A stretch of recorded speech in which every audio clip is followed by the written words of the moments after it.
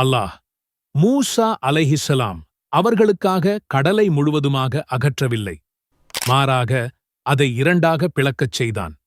அல்லாஹ் இப்ராஹீம் அலைஹிஸ்ஸலாம் அவர்களுக்காக நெருப்பை அணைக்கவில்லை, மாறாக அதை குளிர்வித்தான்.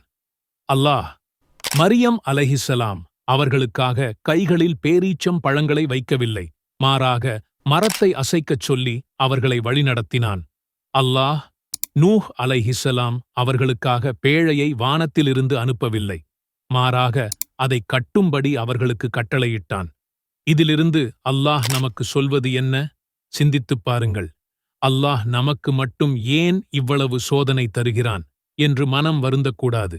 அல்லாஹ் நம் கஷ்டங்களை அகற்றுவதில்லையே என்றும் எண்ண வேண்டாம். அந்த சோதனைகளுக்கு இடையேதான், அந்த கஷ்டங்களுக்கு இடையேதான் வெற்றியை வைத்துள்ளான். அல்லாஹ் குர்ஆனில் இவ்வாறு சொல்கிறான்: ஆதலால் நிச்சயமாக துன்பத்துடன் இன்பம் இருக்கிறது, நிச்சயமாக துன்பத்துடன் இன்பம் இருக்கிறது. அல்லாஹ் மீதுள்ள ஈமானை இறுக்கப் பிடியுங்கள்.